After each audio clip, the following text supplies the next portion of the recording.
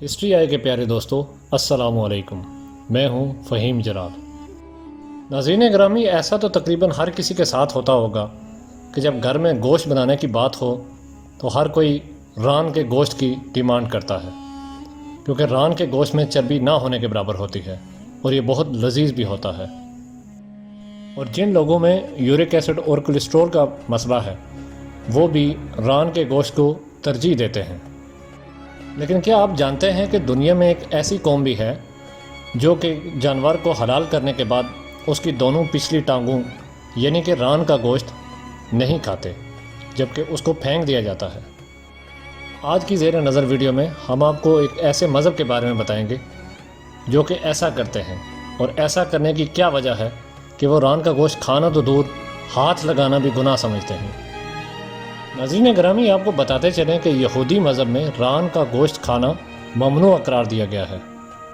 آئیے ہم جانتے ہیں کہ ایسا کیوں ہے، اور ایک حلال کیے ہوئے جانور کا مخصوص حصہ ایسا کیوں ہے، اور اس بہترین حصے کو ضائع کرنے کی اصل وجہ کیا ہے۔ پیارے دوستو، یہودیوں میں یہ عقیدہ ہزاروں سال سے چلا آ رہا ہے کہ جانور کا ران کا گوشت ٹھیک نہیں ہے۔ یہودیوں کے مطابق ایک حلال جانور کے ران کے گوشت کو گدناشی کہا جاتا ہے، جس کا مطلب ہے کھوئی ہوئی رگ یا نس۔ ناظرین گرامی، یہودی فرقے میں ایسے بے شمار قوانین ہیں جو ہزاروں سال گزر جانے کے بعد بھی آج بھی قائم ہیں۔ انہی قانونوں میں سے ایک قانون یہ والا بھی ہے۔ ان کا ماننا یہ ہے کہ گدناشی ایک شیطانی رگ ہے جو کہ گوشت کے پچھلے حصے میں کہیں پائی جاتی ہے، اور اسی وجہ سے یہودی چاہے دنیا کے کسی بھی کونے میں ہوں، جانور ذبح کرنے کے بعد اس کی ران کا گوشت نہیں کھاتے، کیونکہ وہ اسے حرام تصور کرتے ہیں۔ یہودی خنزیر کا گوشت کھا لیتے ہیں، لیکن اس گوشت کو خنزیر کے گوشت سے بھی بدتر جانتے ہیں۔ اپنے اس عمل کی وجہ سے یہودی تورات کا حوالہ دیتے ہوئے کہتے ہیں کہ تورات میں ایک واقعہ درج ہے جس واقعے کے تحت فرشتے اور حضرت یعقوب علیہ السلام کی لڑائی ہو گئی۔ یہودیوں کے ایک مذہبی مفسر کا کہنا ہے کہ یہ وہ فرشتہ تھا جس کو حضرت یعقوب علیہ السلام کے بھائی یسوع کی حفاظت پہ مامور کیا گیا تھا۔ یہودیوں کی کتاب توریت کے مطابق یہ فرشتہ ساری رات حضرت یعقوب علیہ السلام سے لڑتا رہا، لیکن وہ حضرت یعقوب علیہ السلام پر حاوی نہیں ہو سکا، اور جب ساری رات کی لڑائی کے بعد یہ واپس جانے لگا تو اس نے اپنی رات حضرت یعقوب علیہ السلام کی ران پہ دے ماری۔ حضرت یعقوب علیہ السلام کی ٹانگ کی نس دب گئی، جس کی وجہ سے حضرت یعقوب علیہ السلام ایک ٹانگ سے معذور ہو گئے۔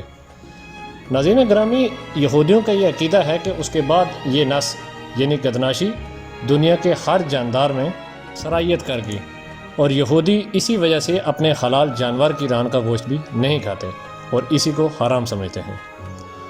ناظرین گرامی، ہم سمجھ سکتے ہیں کہ ہماری یہ بتائی ہوئی کہانی آپ کو من گھڑت لگ رہی ہوگی، یا آپ اسے بچگانہ بات سمجھ رہے ہوں گے، اور یہ بھی ہو سکتا ہے کہ آپ کو یہ مستحانہ بھی معلوم ہو۔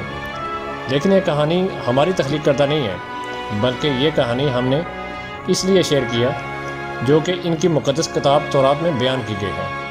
ناظرین گرامی، آپ کو اس حوالے سے مزید بتاتے چلیں کہ یہودیوں میں ران کا گوشت نہ کھانے کے حوالے سے ان کے مذہبی فرقوں میں اس کے کئی فائدے اور نقصانات بھی بتائے جاتے ہیں۔ جیسا کہ ان کے مذہبی فرقوں میں سے ایک مکتبہ فکر کہتا ہے کہ کسی بھی جاندار کی جنسی خواہشات یا اس سے متعلق طلب اس جاندار کی ران کے گوشت میں ہوتی ہے، اور اس گوشت کو کھانے کے ساتھ ویسے ہی جذبات بھی پیدا ہوتے ہیں۔ اب یہ بات اس جاندار پہ منحصر ہوتی ہے کہ وہ اس حوالے سے کتنے جذبات یا احساسات کا حامل ہوتا ہے۔ آیا کہ وہ اس کے متعلق شریف النفس ہوتا ہے یا جنسی طور پہ حوث کا مارا ہوا ہوتا ہے۔ اگر اس جانور کے جذبات ایسے آشیانہ یا شرانگیز ہوں تو اس کے گوشت کھانے سے بھی کھانے والے میں ویسے جذبات جنم لے لیتے ہیں، اور وہ اپنے عظیم مقاصد کو بلا کر شیطانی کاموں میں پھنس جاتا ہے اور انہی خواہشات کا غلام بن جاتا ہے۔ ناظرین گرامی، یہودیوں کے مطابق اگر انہوں نے شیطان سے بچنا ہے یا شیطان کے بتائے ہوئے کاموں سے بچنا ہے تو انہیں اس سے بچنے کے لیے گدناشی سے یعنی ران کے گوشت سے دور رہنا ہوگا، تاکہ گدناشی یعنی شیطانی نس انہیں اپنے جال میں نہ پھنسا سکے۔ اس کے علاوہ یہودیوں کے ایک مشہور فرقے کے ربی ابراہیم آزق نے گدناشی کے مطابق اس کے متعلق بے شمار نقصانات بتائے ہیں۔ ان کا خیال ہے کہ جب بھی انسان کسی جاندار کو اپنی جسمانی ضروریات پوری کرنے کے لیے ذبح کرتا ہے اور پھر اس کے بعد اس کو اپنی خوراک بتاتا ہے، تو پھر اس انسان میں اور دیگر حیوانات میں کوئی فرق نہیں رہتا۔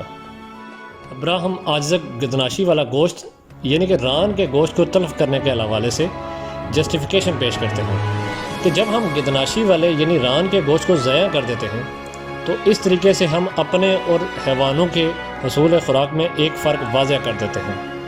یہودی دنیا میں کہیں پہ بھی آباد ہوں، چاہے اسرائیل یا دنیا کے کسی بھی ملک میں، یہ گدناشی والا گوشت کا حصہ جو ہے وہ ضائع کرنا ان کا معمول ہے۔ اور اگر آپ کسی ایسے ملک میں چلے جائیں یا گوشت کی مارکیٹ کو دیکھیں تو وہاں پہ آپ کو کہیں بھی ران کا گوشت نظر نہیں آئے گا، بلکہ یہ پوش علاقوں میں جہاں پہ یہودی آباد نہ ہوں وہاں پہ انتہائی سستے داموں میں فروخت کیا جاتا ہے۔ ناظرین گرامی، آپ کو یہاں یہ بھی بتاتے چلیں کہ جیسا کہ مسلمانوں میں حلال اور حرام کا تصور ہوتا ہے، ویسے ہی یہودیوں میں کوشر اور غیر کوشر کا تصور بھی پایا جاتا ہے۔